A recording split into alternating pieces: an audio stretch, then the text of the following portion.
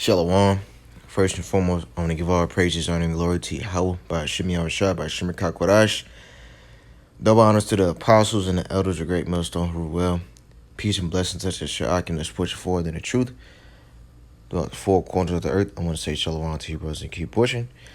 And a double shalom to the Israelites that look like the other nations and the sincere Agwatium. I want to say shalom to you brothers and sisters as well. My name is Dawud Dow from GMS Line of St. Louis Camp, and I'm coming again with another video. And this video, I'm going to be going into John Hyrcanus, which is basically how these Amalekites, you already know who they are, converted to our heritage.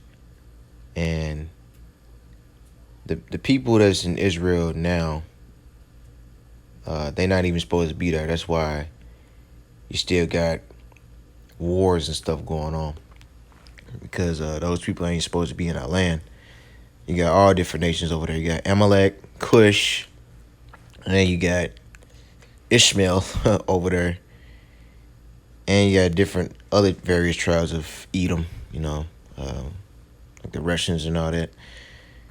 But without further ado, I'm going to get into the video, the scriptures, and I'm going to pull precepts and go into a few articles, and Lord, let us be edifying.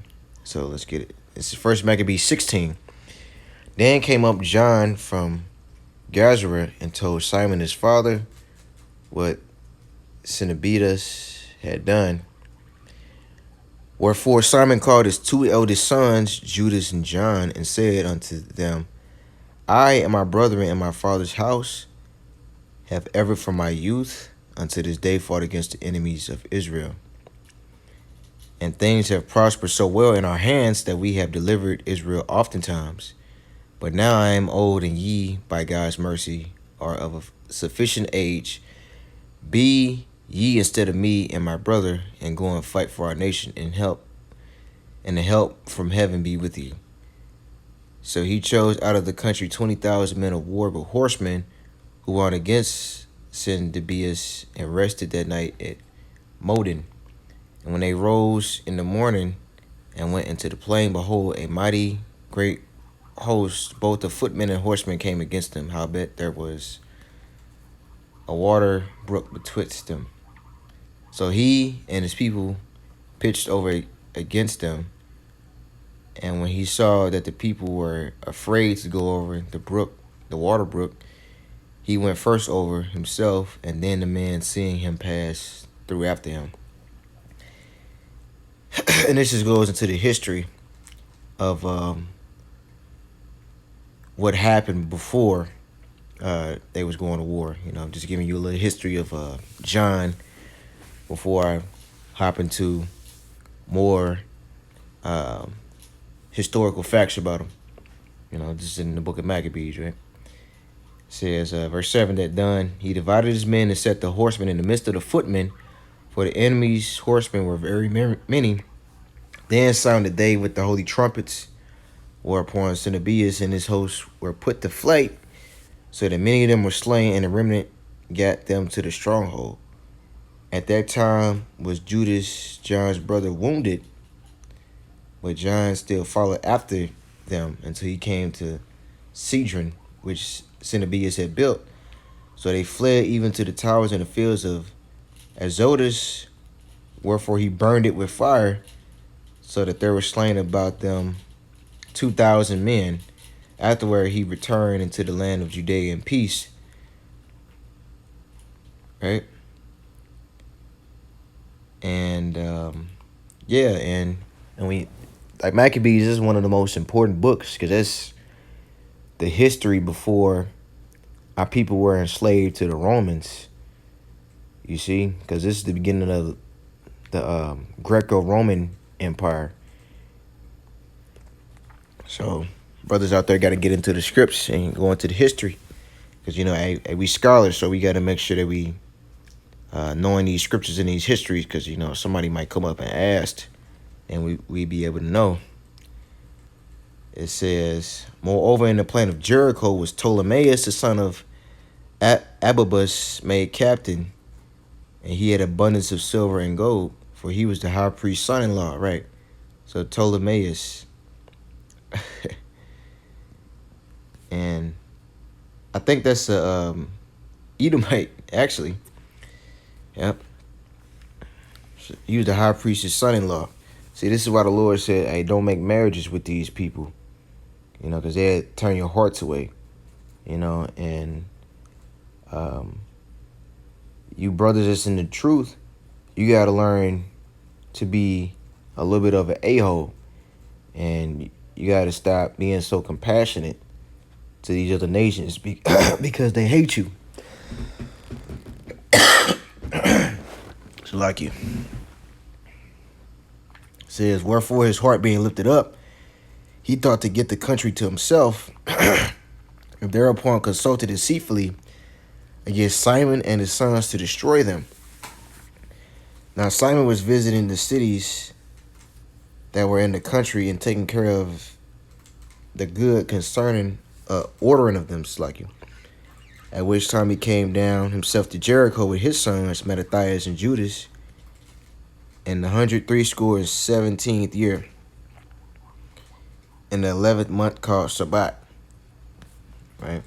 So 103 scores, so 170. So 100 and. Let me see. See if I can do the math real fast. Probably 177. Yep. Says, well, the son of Ababush receiving them deceitfully into a little hole called Docus, which he had built, made them a great banquet. Howbeit he had hid men there, right? So he made them a feast. You know, Jake loved to eat. So yeah, he made them a feast. Hey, yeah, come here and eat. So when Simon and his sons had drunk largely, Ptolemy and his men rose up and took their weapons and came upon Simon and to the banqueting place and slew him and his 2 sons and certain of his servants. And which doing he committed a great treachery and recompensed evil for good. Then Ptolemy wrote these things and sent to the king that he should send him a host to aid him, and he would deliver him the countries and cities. He sent others also to Gazarim to kill John, and unto the tribunes he sent letters to come unto him, that he might get him silver and gold and rewards, and others he sent to take Jerusalem and the mountains of the people. Now one had run afore to Gazarim and told John that his father and brethren were slain, and quote, he told me had sent to slay thee also. Whereof he, when he heard, he was so astonished, so he laid hands on them that were come to destroy him and slew them, for he knew they sought to take him away. So so he murked them. As concerning the rest of the acts of John and his wars and worthy deeds, which he did, and the building of the walls which he made in his doings, behold, these are written in the chronicles of his priesthood from the time he was made high priest after his father. Right? So let's go over here to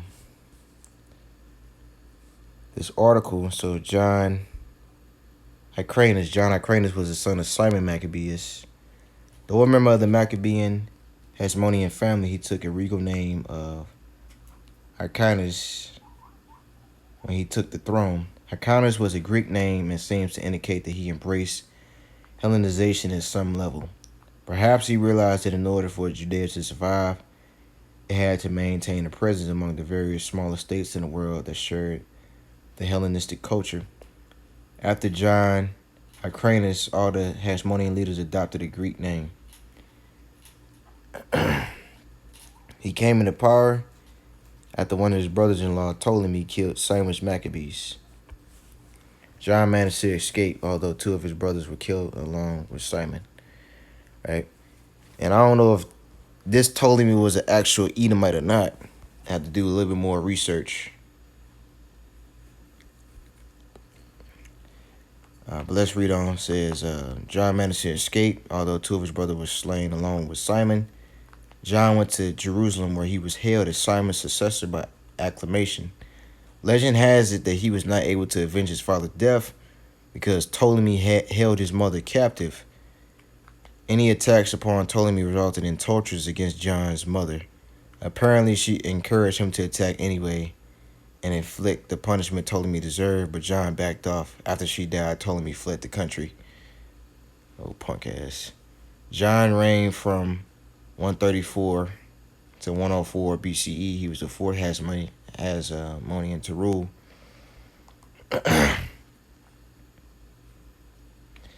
So let's go down.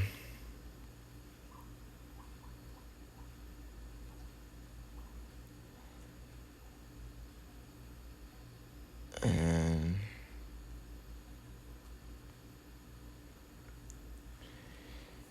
start right here, yep. It says he took the city of Samaria and destroyed the Samaritan temple. Let's see if I can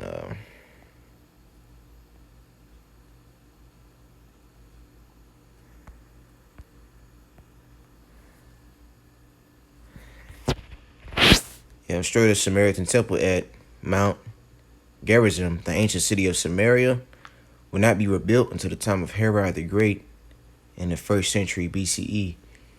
Right, and Herod was an Edomite. So he came out of that line as well, the line of Amalek. Unfortunately, this only served to deepen the resentments between the Jews and the Samaritans. After winning the war with the Samaritans, he moved south towards the Edomites. It says, flush with additional monies from David's sepulchre, he hired mercenaries and handily won several more cities. He compelled the Edomites to convert to Judaism, which included the rite of circumcision. This is the only known record of forcible conversations. Right. So yeah, they try to destroy that. You know, you got to read that book Josephus, and because like the word Flavian. The Flavian dynasty means the word Flavian means yellow, because yellow-haired people ruled during that time.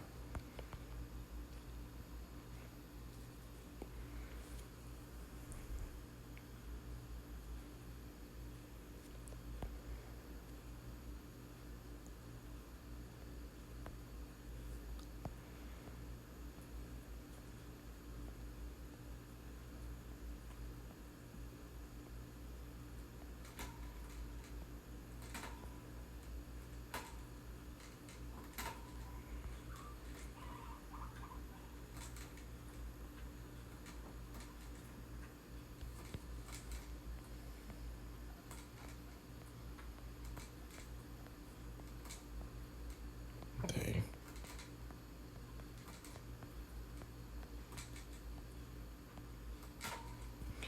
All right, there we go. It's Exodus 17:10. So Joshua did as Moses had said to him and fought with Amalek. And Moses, Aaron, and Hur went up to the top of the hill. Right, so this goes into the history when we was coming out of the land of Egypt from underneath Pharaoh, and we met with Amalek and Rephidim. And it came to pass when Moses held up his hand that Israel prevailed. When he let down his hand, Amalek prevailed.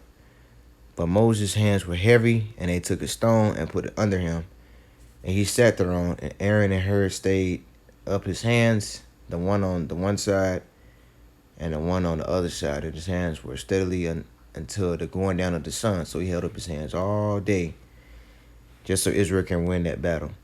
And Joshua discomfited Amalek and his people with the edge of the sword. And the Lord said unto Moses, write this for a memorial in a book, and rehearse it in the ears of Joshua. For I will utterly put out the remembrance of Amalek under heaven. Yeah, so that's what the Lord promised to do. And he haven't done it yet, but he about to.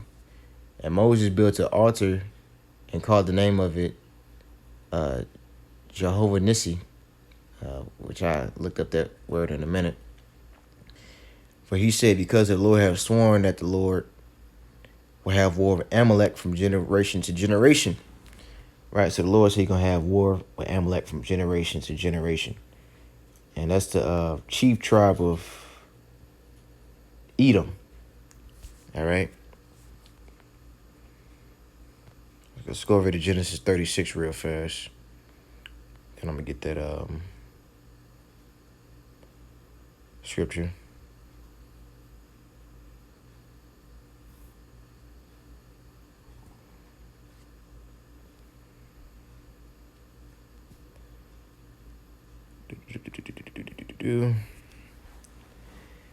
These were the dukes of the sons of Edom, Esau, the sons of Eliphaz, the firstborn son of Esau, Duke of Teman, Duke Omar, Duke Zepho, Duke Kenaz, Duke Korah, Duke Gotham, Duke Amalek.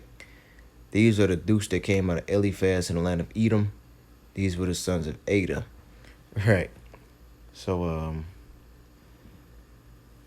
Amalek was Esau's grandson. And that's the chief tribe of Esau. And matter of fact, here it is right here. Verse 12. And Timnah was concubine to Eliphaz, Esau's son, and she bare to Eliphaz Amalek. These were the sons of Ada, Esau's wife. Right.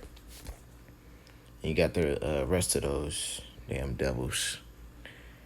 So let's go over here to this, like the brother put this in the chat. Yeah, and we still warring with Amalek to this day. You got us in captivity right now as we speak. And our land got us in captivity. All that. It says, Esau was red and therefore called Edom, but tokening his bloody disposition, and the Roman Edomite is figured by a woman in scarlet and a purple whore whose garment are dyed in the blood of the saints. All right, so that's Revelation 17. Right? So what you got this these false doctrine talking about Esau as Arabs, in which we already know Esau is the Caucasians, the so-called white man. That's simple.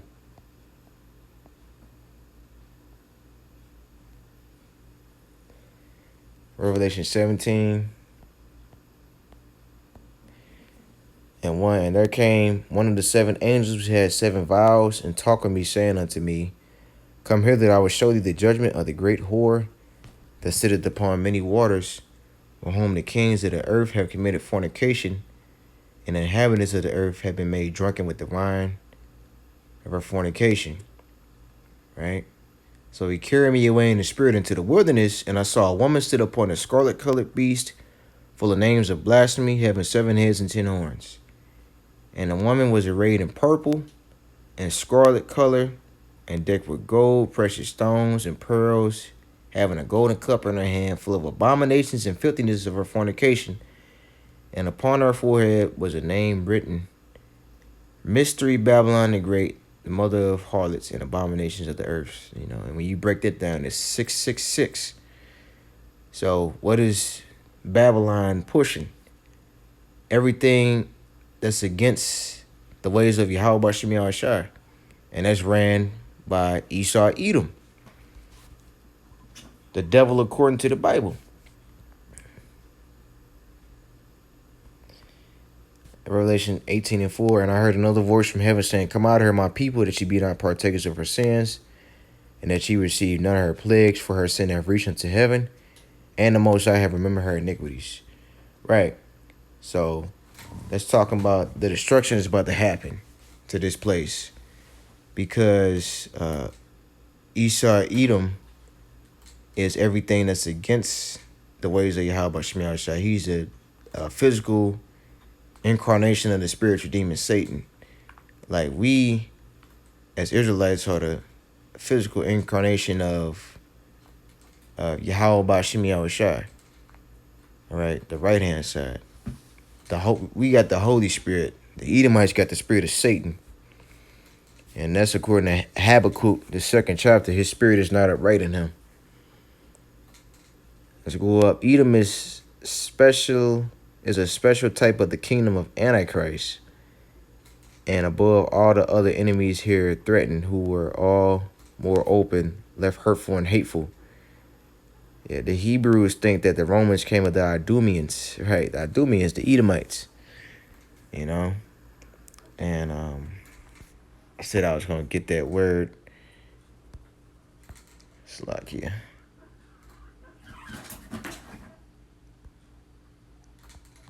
Ooh, letter Bible.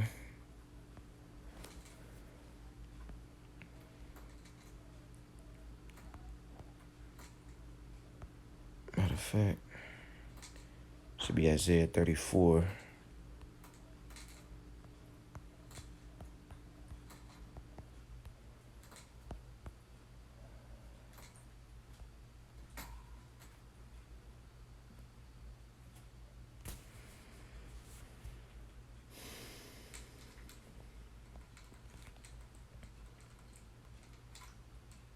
Idumea. See? Right there. Edom.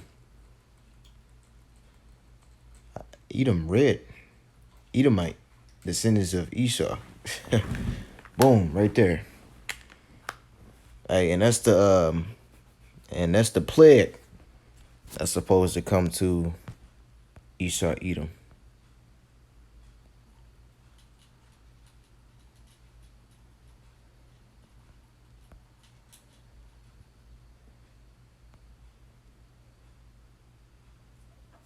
Could have sworn I said I was gonna get another word, but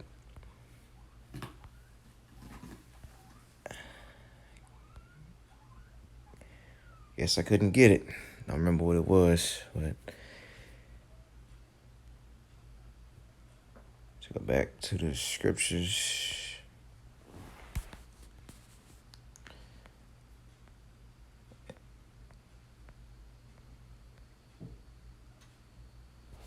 Second Ezra 6:7. Then answered I and said, what shall be the part of the son of times, or when shall be the end of the first, and the beginning of it that followeth?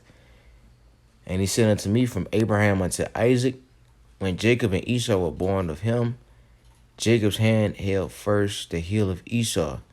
For Esau is the end of the world, and Jacob is the beginning of it that followeth. Right. And that's symbolic. Because we going to basically pull him out of power.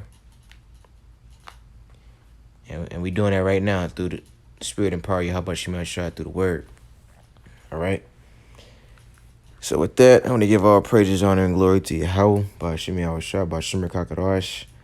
That's all I had on that. And I want to say, hope to edifying and shalom.